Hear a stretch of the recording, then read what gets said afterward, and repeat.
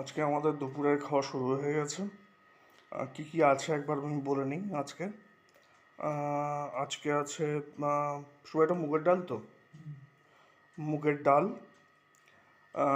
তার সঙ্গে সজনে ফুলের বড়া,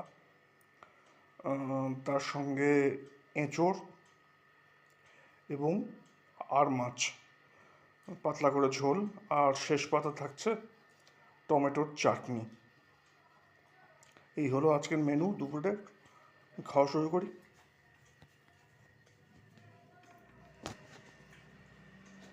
একটা বাটি নিবি এই ডাল